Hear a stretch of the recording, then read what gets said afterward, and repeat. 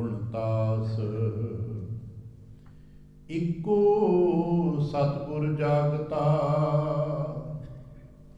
ਹੋਰ ਜਗ ਸੂਤਾ ਮੋਹ ਪਿਆਸ।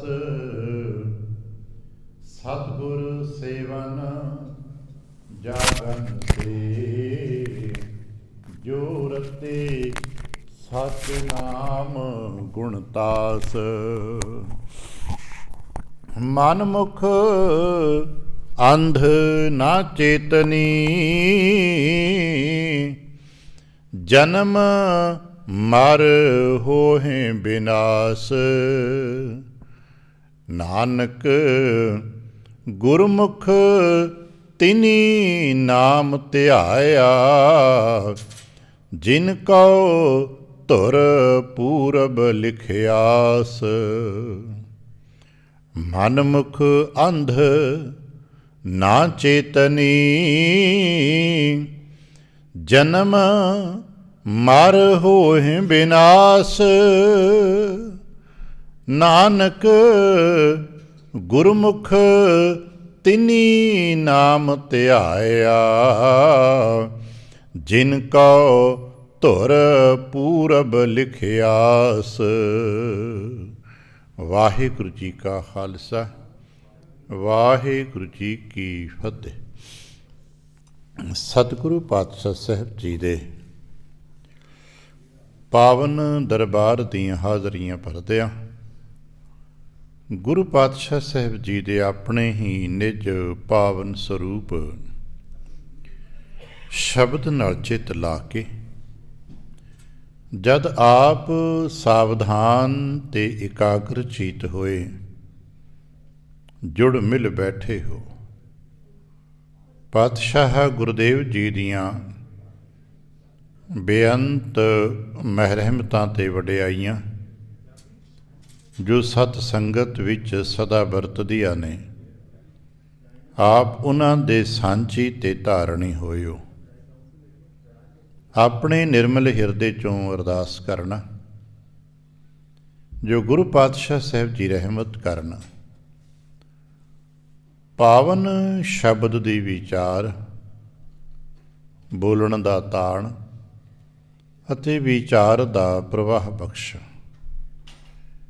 ਇੱਕ ਵਾਰ ਆਸੀਸ ਦਿੰਦਿਆਂ ਅੰਮ੍ਰਿਤ ਦ੍ਰਿਸ਼ਟੀ ਪਾ ਕੇ ਜਪਣਾ ਜੀ ਸਤਨਾਮ ਸ਼੍ਰੀ ਵਾਹਿਗੁਰੂ। ਗਰੀਬ ਨਿਵਾਸ ਘਟ ਘਟ ਕੇ ਵਾਸੀ, ਸ਼੍ਰੀ ਅਕਾਲ ਪੁਰਖ ਵਾਹਿਗੁਰੂ ਜੀ ਦਾ ਕੋਟਾਨ ਕੋਟ ਸ਼ੁਕਰਾਨਾ, ਜੋ ਸੱਚੇ ਪਾਤਸ਼ਾਹ ਸਾਹਿਬ ਜੀ ਨੇ ਕਿਰਪਾ ਕੀਤੀ, ਸੰਪੂਰਨ ਰਹਿਣ ਆਪਣੇ ਪਿਆਰ ਤੇ ਭਾਣੇ ਵਿੱਚ ਬਤੀਤ ਕਰਾਈਏ। ਅੰਮ੍ਰਿਤ ਵੇਲੇ ਦੀ ਜਾਗ ਬਖਸ਼ਿਸ਼ ਕੀਤੀ ਏ, ਤਿਸ ਵਕਤ ਆਪਣੇ ਹੀ ਪਾਵਨ ਦਰਬਾਰ ਦੀ ਹਾਜ਼ਰੀ ਭਰਨ ਦਾ ਸੁਭਾਗ ਬਖਸ਼ੇ। ਮਹਾਰਾਜ ਨੇ ਸਾਡੇ ਵਾਸਤੇ ਰਹਿਮਤ ਕੀਤੀ, ਅੱਜ ਉਪਦੇਸ਼ ਬਖਸ਼ਿਸ਼ ਕੀਤਾ ਹੈ। ਆਸੀਸਾਂ ਤੇ ਪਿਆਰ ਦਿੰਦਿਆਂ ਹੋਇਆ ਸਾਨੂੰ ਇਹ ਸਮੇਂ ਬਖਸ਼ਿਸ਼ ਕੀਤੇ ਨੇ ਕਿ ਅਸੀਂ ਸਾਹਿਬ ਦੇ ਦਰਬਾਰ ਤੋਂ ਖੁਸ਼ੀਆਂ ਪ੍ਰਾਪਤ ਕਰ ਸਕੀਏ, ਆਪਣੇ ਜੀਵਨ ਦੀਆਂ ਸੇਧਾਂ ਪ੍ਰਾਪਤ ਕਰ ਸਕੀਏ, ਜੋ ਸਾਡੀਆਂ ਖੁਆਇਸ਼ਾਂ ਨੇ ਪੂਰੀਆਂ ਹੋ ਸਕਣ। ਜੋ ਕਿਸੇ ਸਧਾਰਨ ਜਿਹੇ ਜੀ ਆ, ਖੁਆਇਸ਼ਾਂ ਦੇ ਅਧੀਨ ਜਿਉਂਦੇ ਆ, ਆਸਾਂ ਦੇ ਅਧੀਨ ਜਿਉਂਦੇ ਆ।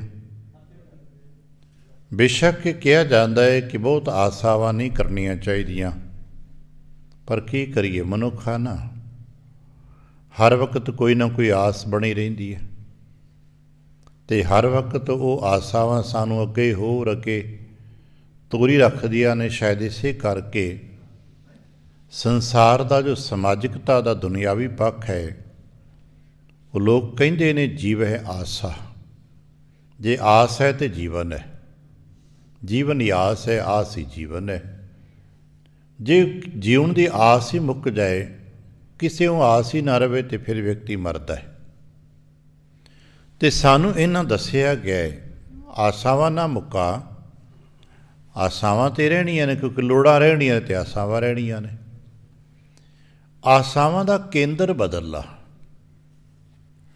ਆਸ ਕਿੱਥੋਂ ਪੂਰੀ ਹੋਣੀ ਆ, ਇਹ ਨਿਸ਼ਾਨਾ ਬਦਲ, ਤੇਰੀ ਆਸ ਕਿੱਥੋਂ ਪੂਰੀ ਹੋਣੀ ਆ।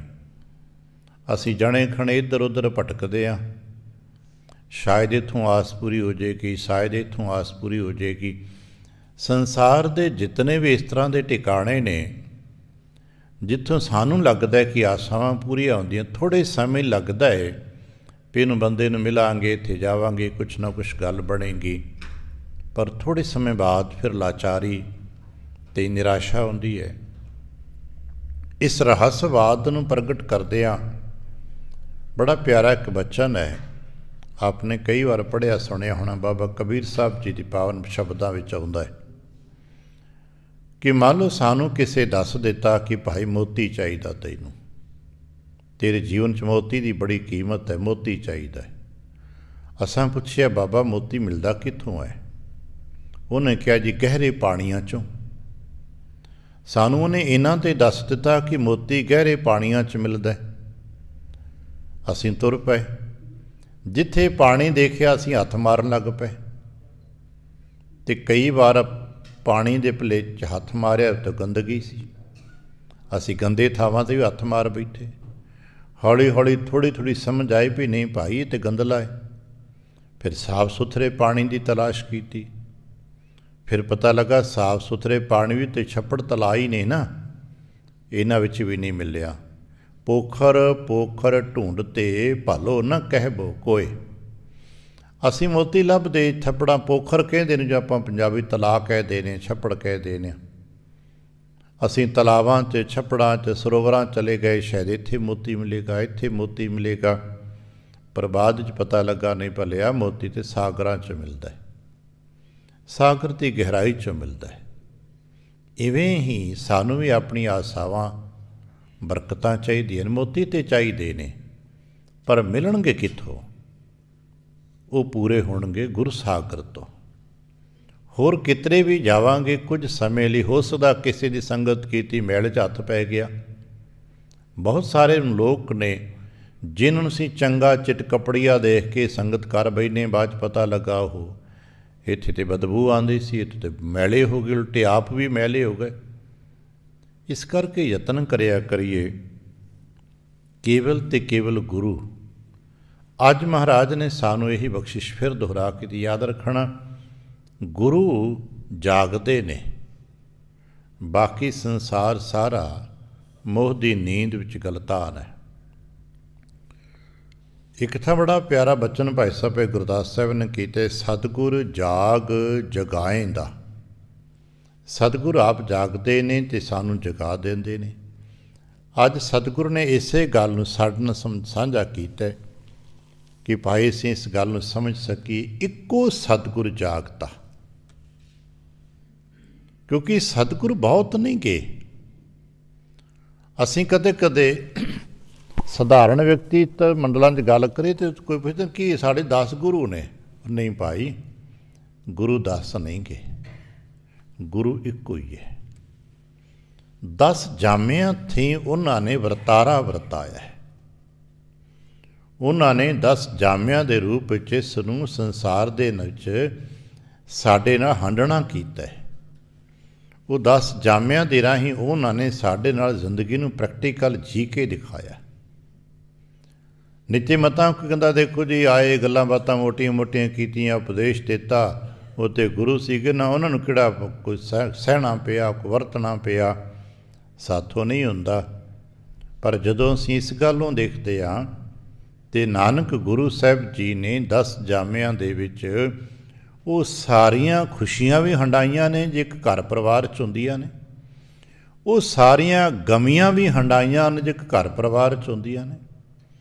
ਸਾਰੀਆਂ ਮੁਸ਼ਕਿਲਾਤਾਂ ਪਰਿਵਾਰਕ ਤੌਰ ਦੀਆਂ, ਸਮਾਜਿਕ ਤੌਰ ਦੀਆਂ, ਰਾਜਨੀਤਿਕ ਤੌਰ ਦੀਆਂ, ਆਰਥਿਕ ਤੌਰ ਤੱਕ ਦੀਆਂ ਪਰੇਸ਼ਾਨੀਆਂ ਨੂੰ ਅਤੇ ਵਡਿਆਈਆਂ ਨੂੰ ਮਹਾਰਾਜ ਨੇ ਆਪਣੇ ਘਰ ਪਰਿਵਾਰ 'ਚ ਹੰਡਾਇਆ। ਜੇ ਵੱਡਪਣਾ ਨੂੰ ਅਸਾਂ ਦੇਖਿਆ ਤਾਂ ਕਿਤੇ ਉਹ ਵੀ ਦੇਖੀਏ ਕਿ ਖਾਣ ਨੂੰ ਭੁੱਜੇ ਛੋਲੇ ਮਿਲਦੇ ਨੇ, ਉਹ ਵੀ ਦੇਖੀਏ ਜਿੱਦਣ ਦੁਨੀਆ ਦੇ ਤੌਰ 'ਤੇ ਕੁਛ ਵੀ ਹੱਥ ਵਿੱਚ ਨਹੀਂ ਹੈ, ਉਹਨਾਂ ਨੇ ਸਭ ਹੰਡਾ ਕੇ ਦੱਸਿਆ ਕਿ ਮਤਾਂ ਹੁਣ ਇਹ ਨਹੀਂ ਕਿ ਸਾਡੇ 'ਤੇ ਸਭ ਕੁਝ ਐਸਾ ਗੁਜ਼ਰੇਗਾ, ਨਹੀਂ। ਪਤਾ ਨਹੀਂ ਜ਼ਿੰਦਗੀ ਜਿਉਂਦਿਆਂ ਜਿਉਂਦਿਆਂ ਕਿਸੇ ਮੋੜ 'ਤੇ ਕੀ ਘਟਨਾ ਵਾਪਰ ਜਾਂਦੀ ਹੈ, ਕਿਸ ਮੋੜ 'ਤੇ ਇੱਕ ਐਸਾ ਵਿਅਕਤੀ ਮਿਲ ਜਾਂਦਾ ਹੈ, ਕੈਸੀ ਪਰਿਸਥਿਤੀ ਬਣ ਜਾਂਦੀ ਜਿਹਨੂੰ ਆਪਾਂ ਹਾਲਾਤ ਕਹਿੰਦੇ ਹਾਂ, ਕੈਸੀ ਮਨੁੱਖ ਦੇ ਨਾਲ ਹਾਲਾਤ 'ਚੋਂ ਗੁਜ਼ਰਨਾ ਪੈਂਦਾ ਹੈ। ਉਸ ਵਕਤ ਸਿੱਖ ਨਾ ਡੋਲੇ, ਸਿੱਖ ਨੂੰ ਪਤਾ ਹੋਵੇ ਕੋਈ ਗੱਲ ਨਹੀਂ, ਇਹ ਤੋਂ ਵੱਡੀਆਂ ਵੱਡੀਆਂ ਹਾਲਾਤਾਂ 'ਚ ਮੇਰੇ ਸਤਿਗੁਰੂ ਆਪ ਲੰਘੇ ਨੇ, ਅਤੇ ਉਹਨਾਂ ਨੇ ਜਿਸ ਤਰ੍ਹਾਂ ਉਸ ਵਕਤ ਸਿਚੁਏਸ਼ਨ ਨੂੰ ਕੰਟਰੋਲ ਕੀਤਾ, ਉਸ ਹਾਲਾਤ ਵਿੱਚ ਆਪਣੇ ਆਪ ਨੂੰ ਕਿਵੇਂ ਵਰਤਿਆ, ਉਹਦਾ ਆਪਾਂ ਵਰਤ ਲਈਏ। ਬਸ ਜਦੋਂ ਇਹ ਸਮਝ ਆਉਣ ਲੱਗ ਪੈਂਦੀ ਹੈ ਅਤੇ ਫਿਰ ਮਨੁੱਖ ਔਖੇ ਤੋਂ ਔਖੀ ਘਾਟੀ 'ਚੋਂ ਗੁਜ਼ਰ ਜਾਂਦਾ ਹੈ। ਔਰ ਇਹ ਕੌਣ ਚੇਤਨ ਕਰੇਗਾ? ਹਰ ਵਕਤ ਸਾਨੂੰ ਚੇਤਾ ਕੌਣ ਕਰੇਗਾ? ਜਾਗਦੇ ਚੇਤਾ ਆਉਂਦਾ ਨਾ, ਸੁੱਤਿਆਂ 'ਤੇ ਚੇਤਾ ਆਉਂਦਾ ਕੋਈ ਨਹੀਂ। ਇਸੇ ਕਰਕੇ ਸਿਆਣੇ ਦਾਨੇ ਮੰਨਦੇ ਨੇ ਕਿ ਭਾਈ ਅਸੀਂ ਜਦੋਂ ਅੰਦਰ ਦੀ ਜਾਗਰਤੀ ਪ੍ਰਾਪਤ ਕਰਦੇ ਹਾਂ, ਔਰ ਗੁਰਬਾਣੀ 'ਚ ਬਹੁਤ ਵਾਰ ਇੱਕ ਗੱਲ ਸਾਨੂੰ ਕਹੀ ਹੈ ਕਿ ਭਾਈ ਤੁਸੀਂ ਵੀ ਆਪਣੇ ਅੰਦਰ ਨੂੰ ਜਗਾਓ। ਅੱਜ ਸਾਨੂੰ ਲੱਗਦਾ ਨਾ ਅਸੀਂ ਥੋੜ੍ਹੀ ਦੇਰ ਪਹਿਲਾਂ ਸੁੱਤੇ ਸਾਂ, ਹੁਣ ਜਾ ਕੇ ਨਹਾ ਧੋ ਕੇ ਇੱਥੇ ਆਣ ਬੈਠੇ ਹਾਂ, ਲੱਗਦਾ ਨਾ ਅਸੀਂ ਜਾਗੇ ਹੋਏ ਹਾਂ, ਪਰ ਨਹੀਂ, ਅਸੀਂ ਜਾਗੇ ਹੋਏ ਪੂਰਨ ਨਹੀਂ ਜਾਗੇ। ਇਹ ਅੰਸ਼ਿਕ ਜਾਗਰਤੀ ਹੈ। ਇਹ ਜਾਗਰਤੀ ਸਾਡੀ ਪਰਸੈਂਟੇਜ ਦੀ ਹੈ, ਕੁਝ ਸਮੇਂ ਦੀ ਹੈ। ਐਵੇਂ ਨਹੀਂ ਸਤਿਗੁਰੂ ਕਹਿੰਦੇ ਜਾਗੋ ਜਾਗੋ ਸੁਤਿਓ ਚਲਿਆ ਵਣਜਾਰਾ, ਜਾਗ ਲੈ ਹੋ ਰੇ ਮਨਾ ਜਾਗ ਲੈ ਹੋ, ਕਹਾਂ ਗਾਫਲ ਸੋਇਆ। ਬਾਰੰਬਾਰ ਸਤਿਗੁਰੂ ਜਗਾਉਂਦੇ ਨੇ, ਅਤੇ ਕਿਹਨੂੰ ਜਗਾਉਣਾ ਹੈ? ਬਸ ਇਹ ਅਸਾਂ ਸਮਝਣਾ ਹੈ। ਜਗਾਉਣਾ ਹੈ ਆਪਣੇ ਅੰਦਰ ਦੇ ਮਨ ਨੂੰ, ਅਤੇ ਮਨ ਨੂੰ ਜਗਾਈਏ ਫਿਰ ਪਤਾ ਲੱਗਦਾ ਹੈ ਵੀ ਲੈ ਸਾਡੇ ਸਤਿਗੁਰ ਤੇ ਸਦਾ ਜਾਗਦੇ ਨੇ। ਬਾਕੀ ਸਾਡੇ ਬਹੁਤਿਆਂ ਦੇ ਮਨ ਸੁੱਤੇ ਨੇ। ਸੁੱਤੇ ਹੋਣ ਦਾ ਭਾਵ ਨਹੀਂ ਕਿ ਕੁਝ ਸਮੇਂ ਦਾ ਰਜ਼ਾਈ ਨਿੱਘ ਸੋਣਾ, ਨਹੀਂ। ਮੋਹ ਦੀ ਨੀਂਦ, ਅਗਿਆਨਤਾ ਦੀ ਨੀਂਦ, ਜੋ ਦਾਰਸ਼ਨਿਕਤਾ ਹੁੰਦੀ, ਜਿਹਨੂੰ ਅਸੀਂ ਗਿਆਨ ਮੰਡਲ ਕਹਿੰਦੇ ਹਾਂ, ਜਿਹਨੂੰ ਕਿਤੇ ਕਿਤੇ ਆਪਾਂ ਜਾ ਕੇ ਗਿਆਨ ਖੰਡ ਕਹਿੰਦੇ ਹਾਂ, ਇੱਥੇ ਜਾ ਕੇ ਸਮਝ ਆਉਂਦੀ ਹੈ ਕਿ ਜੋ ਅਗਿਆਨ ਹੈ ਆਪਣੇ ਆਪ 'ਚ ਇੱਕ ਨੀਂਦ ਹੈ। ਅਗਿਆਨਤਾ ਇੱਕ ਨੀਂਦ ਹੈ। ਮਨੁੱਖ ਸਾਹ ਲੈ ਰਿਹਾ, ਖਾ ਰਿਹਾ, ਪੀ ਰਿਹਾ, ਹੰਡਾ ਰਿਹਾ, ਜੀ ਰਿਹਾ, ਪਰ ਉਹਨੂੰ ਪਤਾ ਹੀ ਨਹੀਂ ਕਿਉਂ ਜੀ ਰਿਹਾ ਹੈ, ਕਿਉਂ ਕੰਮ ਕਰ ਰਿਹਾ, ਕਿਉਂ ਕਰ ਰਹੇ ਹਾਂ। ਸਾਡੇ ਆਲੇ ਦੁਆਲੇ ਬਹੁਤ ਲੋਕਾਂ ਨੂੰ ਇਹ ਨਹੀਂ ਪਤਾ ਅਸੀਂ ਕੀ ਹਾਂ, ਜੀ ਰਹੇ ਹਾਂ ਬਸ। ਕਿਉਂ ਜੀ ਰਹੇ ਹੋ? ਅਸਾਂ 'ਚੋਂ ਵੀ ਬਹੁਤੇ ਜੀਆਂ ਨੇ ਕਦੇ ਪੁੱਛਿਆ ਸਤਿਗੁਰੂ ਨੂੰ, ਮਹਾਰਾਜ ਕਿਉਂ ਜੀ ਰਹੇ ਹਾਂ, ਸਾਨੂੰ ਜੀਵਨ ਕਿਉਂ ਦਿੱਤਾ ਜੇ? ਆਪ ਤਾਂ ਬਹੁਤ ਪਾਠ ਕਰਦੇ ਹੋ, ਬਹੁਤ ਵਾਰ ਸਹਿਜ ਪਾਠ ਕੀਤਾ ਹੋਏਗਾ। ਸਹਿਜ ਪਾਠ ਕਰਦਿਆਂ ਕਰਦਿਆਂ ਮਹਾਰਾਜ ਨੂੰ ਪੁੱਛਿਆ ਕਦੇ ਕਿ ਸਤਿਗੁਰੂ ਸਾਨੂੰ ਜੀਵਨ ਕਿਉਂ ਦਿੱਤਾ ਜੇ? ਬਚਨ ਤੇ ਆਪਣੇ ਪੜ੍ਹੇ ਨੇ, ਗੁਰ ਚਰਨ ਲਾਗ ਹਮ ਬਿਨਵਤਾ ਪੁੱਛਤ ਕਹਿ ਜਿਉ ਪਾਇਆ। ਮਹਾਰਾਜ ਤੇਰੇ ਚਰਨੀ ਲਾ ਕੇ ਪੁੱਛਦੇ ਆ ਸਾਨੂੰ ਜੀਵਨ ਕਿਉਂ ਦਿੱਤਾ ਹੈ, ਔਰ ਇਹ ਤਾਂ ਹੀ ਪੁੱਛ ਪਾਵਾਂਗੇ ਜੇ ਸਾਨੂੰ ਹੋਸ਼ ਹੋਏਗੀ। ਇੱਥੇ ਜਾਗਣ ਦਾ ਮਤਲਬ ਅੱਖਾਂ ਖੁੱਲ੍ਹੀਆਂ ਤੇ ਮੀਟਣੀਆਂ ਨੇ, ਇੱਥੇ ਮਤਲਬ ਹੈ ਹੋਸ਼। ਅਸਾਂ ਦੀ ਬਹੁਤੇ ਜੀਆਂ ਦੀ ਹੋਸ਼ ਨਹੀਂ ਹੈ, ਔਰ ਇਹ ਸਤਿਗੁਰੂ ਸਾਨੂੰ ਸਮਝਾਉਂਦੇ ਨੇ। ਸਤਿਗੁਰੂ ਸਰੂਪ ਜਿਹੜਾ ਹੁੰਦਾ ਹੈ ਸਦਾ ਜਾਗਦਾ ਹੈ। ਜਾਗਦਾ ਮਤਲਬ ਚੇਤਨ ਸਰੂਪ ਹੈ। ਉਹ ਮਨੁੱਖੀ ਮੰਡਲ ਵਿੱਚ ਨਹੀਂ ਅਸੀਂ ਕਹਿ ਸਕਦੇ, ਉਹ ਚੇਤਨਤਾ ਨਾਲ ਭਰਪੂਰ ਹੈ। ਗਿਆਨ ਇਸੇ ਕਰਕੇ ਸਤਿਗੁਰੂ ਨੂੰ ਗਿਆਨ ਰੂਪ ਕਹਿੰਦੇ ਨੇ, ਸਤਿਗੁਰੂ ਨੂੰ ਪ੍ਰਕਾਸ਼ ਰੂਪ ਕਹਿੰਦੇ ਨੇ। ਇਸੇ ਕਰਕੇ ਆਪਾਂ ਸਤਿਗੁਰੂ ਦਾ ਪ੍ਰਕਾਸ਼ ਕਹਿੰਦੇ ਹਾਂ। ਆਪਾਂ ਮੰਨਦੇ ਨਾ ਕਿ ਜਿਵੇਂ ਆਪਾਂ ਕੱਲ੍ਹ ਪਾਤਸ਼ਾਹ ਦਸ਼ਮੇਸ਼ ਜੀ ਦਾ ਗੁਰਪੁਰਬ ਮਨਾ ਰਹੇ ਸਾਂ, ਅਤੇ ਸਿੱਖੀ ਕਹਿੰਦੇ ਗੁਰੂ ਸਾਹਿਬ ਦਾ ਪ੍ਰਕਾਸ਼ ਪੁਰਬ ਹੈ, ਜਦ ਕਿ ਯਕੀਨਨ ਅਸੀਂ ਸਾਨੂੰ ਸਭ ਨੂੰ ਪਤਾ ਹੈ ਕਿ ਜਨਮ ਦਿਨ ਹੈ।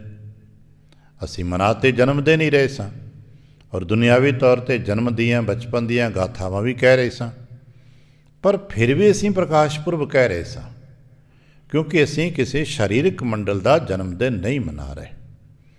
ਅਸੀਂ ਉਸ ਗੁਰੂ ਜੋਤ ਦੀ ਗੱਲ ਕਰ ਰਹੇ ਹਾਂ, ਜਿਹੜੀ ਜੋਤ ਇਸ ਰਾਹੀਂ ਇਸ ਸੰਸਾਰ 'ਚ ਪ੍ਰਗਟ ਹੁੰਦੀ ਹੈ। ਅਤੇ ਜਿਵੇਂ ਜੋਤ ਨੂੰ ਪ੍ਰਗਟ ਹੋਣ ਵਾਸਤੇ ਕੁਝ ਨਾ ਕੁਝ ਸਥਾਨਕ ਵਸਤੂਆਂ ਦਾ ਸਹਾਰਾ ਲੈਣਾ ਪੈਂਦਾ ਹੈ। ਆਹ ਸਾਡੇ 'ਤੇ ਲਾਈਟਾਂ ਪੈ ਰਹੀਆਂ ਨੇ, ਗੱਲ ਤਾਂ ਪ੍ਰਕਾਸ਼ ਹੀ ਪੈ ਰਿਹਾ ਨਾ, ਪਰ ਇਹ ਪ੍ਰਕਾਸ਼ ਨੂੰ ਸਾਡੇ 'ਤੇ ਪੈਣ ਵਾਸਤੇ, ਇਸ ਪ੍ਰਕਾਸ਼ ਨੂੰ ਪ੍ਰਗਟ ਹੋਣ ਵਾਸਤੇ ਵੀ ਤਾਂ ਕੁਝ ਚੀਜ਼ਾਂ ਦੀ ਜ਼ਰੂਰਤ ਪਈ ਨਾ। ਭਾਵੇਂ ਲੱਖ ਡਿਜੀਟਲ ਹੋ ਜਾਏ, ਲੱਖ ਇਲੈਕਟ੍ਰੋਨਿਕ ਸਿਸਟਮ ਹੋ ਜਾਏ, ਪਰ ਪ੍ਰਕਾਸ਼ ਨੂੰ ਪ੍ਰਗਟ ਕਰਨ ਵਾਸਤੇ ਤੇ ਕੁਝ ਸਥੂਲ ਕਾਇਆਂ ਦੀ, ਸਥੂਲ ਵਸਤੂਆਂ ਦੀ, ਭਾਵੇਂ ਉਹ ਨਿਰਜਿੰਦ ਧਾਤੂਆਂ ਹੀ ਕਿਉਂ ਨਹੀਂ ਗਈਆਂ, ਭਾਵੇਂ ਕਿਸੇ ਨੇ ਮਰਕਰੀ ਯੂਜ਼ ਕੀਤੀ, ਭਾਵੇਂ ਕਿਸੇ ਨੇ ਕੁਝ ਹੋਰ ਧਾਤੂਆਂ ਯੂਜ਼ ਕੀਤੀਆਂ, ਪਰ ਕੁਛ ਤੇ ਪਦਾਰਥ ਯੂਜ਼ ਕੀਤੇ ਨਾ, ਤਦ ਜਾ ਕੇ ਇਹ ਪ੍ਰਕਾਸ਼ ਪ੍ਰਗਟ ਹੋਏ। ਅਸੀਂ ਕਹਾਂਗੇ, ਤਰਕ ਵਾਲਾ ਕਹੇਗਾ ਦੇਖੋ ਜੀ ਆਕਾਸ਼ ਵਿੱਚ ਪ੍ਰਕਾਸ਼ ਰੋਸ਼ਨੀ ਪ੍ਰਗਟ ਹੁੰਦੀ ਬਿਜਲੀ ਦੇ ਰਾਹੀਂ, ਉੱਥੇ ਕੀ ਯੂਜ਼ ਕੀਤਾ ਜਾਂਦਾ ਹੈ? ਤੇ ਪਤਾ ਹੈ ਉੱਥੇ ਪਾਣੀ ਹੀ ਆਪਸ ਵਿੱਚ ਟਕਰਾਉਂਦਾ ਹੈ, ਜਿਹਨੂੰ ਬੱਦਲਾਂ ਦਾ ਟਕਰਾਓ ਕਹਿੰਦੇ, ਤੇ ਬਿਜਲੀ ਪੈਦਾ ਹੁੰਦੀ ਹੈ। ਪ੍ਰਕਾਸ਼ ਦੇ ਪ੍ਰਗਟ ਹੋਣ ਵਾਸਤੇ ਕਿਸੇ ਸਥੂਲ ਸਰੂਪ ਦੀ ਜ਼ਰੂਰਤ ਹੈ। ਇਸ ਕਰਕੇ ਗੁਰੂ ਪ੍ਰਕਾਸ਼ ਦੇ ਪ੍ਰਗਟ ਹੋਣ ਵਾਸਤੇ ਵੀ ਸਥੂਲ ਸਰੀਰ ਦੀ ਜ਼ਰੂਰਤਾਂ ਪਈਆਂ ਨੇ। ਅੱਜ ਵੀ ਅਸੀਂ ਸਮਝ ਪਾਵਾਂਗੇ ਕਿ ਨਹੀਂ, ਸਾਡੀ ਬੋਧ ਗਿਆਨ ਕਿਤਨਾ ਗਹਿਰਾ ਹੈ ਮੈਨੂੰ ਨਹੀਂ ਪਤਾ, ਪਰ ਅੱਜ ਵੀ ਸਤਿਗੁਰੂ ਦੇ ਸਰੂਪ ਦੇ ਸ਼ਬਦ ਰੂਪ ਪ੍ਰਗਟ ਹੋਣ ਵਾਸਤੇ ਇਸ ਮਨੁੱਖੀ ਹਿਰਦੇ ਦੀ ਜ਼ਰੂਰਤ ਪੈਂਦੀ ਹੈ। ਜਿੱਥੇ ਮਨੁੱਖੀ ਹਿਰਦਾ ਹੋਏਗਾ ਤਦ ਹੀ ਤੇ ਗੁਰੂ ਕਾ ਪ੍ਰਕਾਸ਼ ਹੋਏਗਾ ਨਾ। ਸਪੇਸ ਵਿੱਚ ਗੁਰੂ ਕਾ ਪ੍ਰਕਾਸ਼ ਨਹੀਂ ਹੋ ਸਕਦਾ, ਪਰ ਗੁਰੂ ਕਾ ਪ੍ਰਕਾਸ਼ ਹੋਣਾ ਤੇ ਸਾਡੇ ਹਿਰਦੇ 'ਚ ਹੀ ਹੋਣਾ ਹੈ ਨਾ। ਪ੍ਰਕਾਸ਼ ਨੂੰ ਪ੍ਰਗਟ ਹੋਣ ਵਾਸਤੇ ਕਿਸੇ ਸਥੂਲ ਸਰੂਪ ਦੀ ਜ਼ਰੂਰਤ ਹੈ। ਉਹ ਹਿਰਦਾ ਸਾਡਾ ਹੋ ਸਕਦਾ, ਕਿਸੇ ਦਾ ਹੋ ਸਕਦਾ ਹੈ। ਅੱਜ ਜਿਨ੍ਹਾਂ ਭਗਤਾਂ ਦੇ ਆਪਾਂ ਨਾਮ ਪੜ੍ਹਦੇ ਹਾਂ, ਸਾਡੇ ਵਾਂਗ ਇਸ ਸੰਸਾਰ 'ਚ ਖੇਡੇ ਨੇ, ਜਨਮੇ ਨੇ, ਪ੍ਰਗਟ ਹੋਏ ਨੇ, ਵੱਡੇ ਹੋਏ ਨੇ, ਦੁੱਖ ਸੁੱਖ ਹੰਡਾਏ ਨੇ, ਪਰ ਉਹਨਾਂ ਦਾ ਹਿਰਦਾ ਸਤ ਨਾਲ ਭਰ ਗਿਆ ਹੈ ਤੇ ਉੱਥੇ ਪ੍ਰਕਾਸ਼ ਪ੍ਰਗਟ ਹੋ ਗਿਆ ਹੈ। ਬਸ ਅਸਾਂ ਦੇ ਹਿਰਦੇ 'ਚ ਵੀ ਸਤ ਭਰਪੂਰ ਹੋ ਜਾਏ ਤੇ ਪ੍ਰਕਾਸ਼ ਪ੍ਰਗਟ ਹੋ ਜਾਏਗਾ। ਅਸਾਂ ਦੇ ਹਿਰਦੇ 'ਚ ਵੀ ਹੋ ਸਕਦਾ ਹੈ। ਇਸੇ ਕਰਕੇ ਬੜਾ ਪਿਆਰਾ ਬਚਨ ਗੁਰਬਾਣੀ 'ਚ ਦਿੱਤਾ ਗਿਆ ਹੈ, ਸ਼ਬਦ ਜੋੜਾਂ 'ਚ ਬਹੁਤ ਰਹੱਸ ਹੁੰਦਾ ਹੈ। ਜਿੱਥੇ ਸਤ ਹੋ ਜਾਏਗਾ ਉੱਥੇ ਗੁਰੂ ਪ੍ਰਗਟ ਹੋ ਜਾਏਗਾ। ਇਸੇ ਕਰਕੇ ਸ਼ਬਦ ਹੀ ਸਤ ਗੁਰ, ਆਪਾਂ ਸਤਿਗੁਰ ਸ਼ਬਦ ਇਕੱਠਾ ਪੜ੍ਹ ਲੈਂਦੇ ਹਾਂ। ਉਹਦਾ ਰਹੱਸ ਇਹ ਹੈ ਕਿ ਜਿੱਥੇ ਸਤ ਹੈ ਉੱਥੇ ਹੀ ਗੁਰ ਹੈ। ਇਸੇ ਕਰਕੇ ਸਤ ਹੀ ਗੁਰ ਹੈ। ਜਿੱਥੇ ਹੀ ਸਤ ਹੈ ਉੱਥੇ ਹੀ ਗੁਰ ਹੈ। ਜਿੱਥੇ ਸਤ ਨਹੀਂ ਹੈ ਉੱਥੇ ਗੁਰੂ ਨਹੀਂ ਹੈ। ਹੁਣ ਅਸੀਂ ਕਹਿੰਦੇ ਹਾਂ ਕਿ ਗੁਰੂ ਨਾਲ ਮੇਰਾ ਸੰਬੰਧ ਬਣੇ, ਗੁਰੂ ਦੇ ਨਾਲ ਮੇਰੀਆਂ ਖਵਾਹਿਸ਼ਾਂ, ਮੇਰੀਆਂ ਇੱਛਾਵਾਂ, ਮੇਰੀਆਂ ਜ਼ਰੂਰਤਾਂ, ਮੇਰੀਆਂ ਲੋੜਾਂ ਗੁਰੂ ਰਾਹੀਂ ਪੂਰੀਆਂ ਹੋਣ, ਗੁਰੂ ਨਾਲ ਸੰਬੰਧ, ਤੇ ਭਾਈ ਸੱਤ ਦੇ ਮੁਕਾਮ 'ਤੇ ਸਾਨੂੰ ਜਾਣਾ ਪਏਗਾ ਨਾ। ਇਸੇ ਕਰਕੇ ਆ ਸਾਡੇ ਵਡੇਰਿਆਂ ਤੋਂ ਪਰੰਪਰਾ ਬੜੀ ਸਵੇਰੇ ਸਵੇਰੇ ਉੱਠ ਕੀਥਿਆ ਕਿਉਂ ਆਣ ਬਹਿੰਦੇ ਹੋ, ਇੱਥੋਂ ਸੱਤ ਦੀ ਤਲਾਸ਼ ਕੇ ਯਾਦ ਰੱਖਣਾ। ਗੁਰੂ ਲੱਭਣ ਨਹੀਂ ਸੀ ਆਉਂਦੇ ਇੱਥੇ, ਮਤ ਖਿਆਲ ਕਰਨਾ ਅਸੀਂ ਗੁਰੂ ਨੂੰ ਲੱਭਣ ਆਉਂਦੇ ਹਾਂ, ਰੱਬ ਨੂੰ ਲੱਭਣ ਨਹੀਂ। ਅਸੀਂ ਸੱਤ ਨੂੰ ਪ੍ਰਾਪਤ ਕਰਨ ਲਈ ਆਉਂਦੇ ਹਾਂ, ਤਾਂ ਕਿ ਸਾਡੇ ਹਿਰਦੇ 'ਚ ਸੱਤ ਪ੍ਰਾਪਤ ਹੋ ਸਕੇ, ਸਾਨੂੰ ਸਮਝ ਆ ਸਕੇ ਅਸਾਂ ਆਪਣੇ ਹਿਰਦੇ ਨੂੰ ਕਿਵੇਂ ਸੱਚਾ ਤੇ ਸੁੱਚਾ ਕਰਨਾ ਹੈ, ਆਪਣੇ ਜੀਵਨ ਕਿਰਦਾਰ ਵਿਵਹਾਰ ਆਚਾਰ ਨੂੰ ਸੱਚਾ ਤੇ ਸੁੱਚਾ ਕਰਨਾ ਹੈ। ਜਦੋਂ ਸਾਡਾ ਜੀਵਨ ਦਾ ਵਿਵਹਾਰ ਕਿਰਦਾਰ ਸੱਚਾ ਤੇ ਸੁੱਚਾ ਹੋ ਗਿਆ, ਸੁੱਤੇ ਸਿੱਧ ਹੀ ਸਾਨੂੰ ਸੱਤ ਅਵਸਥਾ ਪ੍ਰਾਪਤ ਹੋਏਗੀ। ਅਤੇ ਜਦੋਂ ਸੱਤ ਅਵਸਥਾ ਪ੍ਰਾਪਤ ਹੋਏਗੀ ਸਾਨੂੰ ਕਹਿਣ ਦੀ ਲੋੜ ਹੀ ਨਹੀਂ, ਗੁਰੂ ਪ੍ਰਗਟ ਹੋ ਜਾਏਗਾ, ਉਦੋਂ ਹੀ ਗੁਰੂ ਪ੍ਰਗਟ ਹੋ ਜਾਏਗਾ।